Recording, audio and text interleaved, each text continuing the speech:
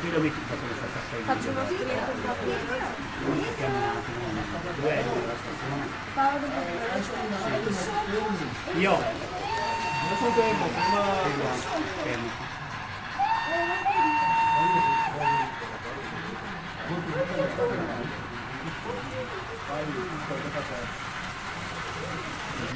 Come ti chiami tu?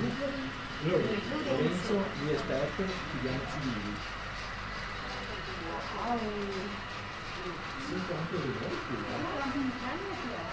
Aspetta. Sì.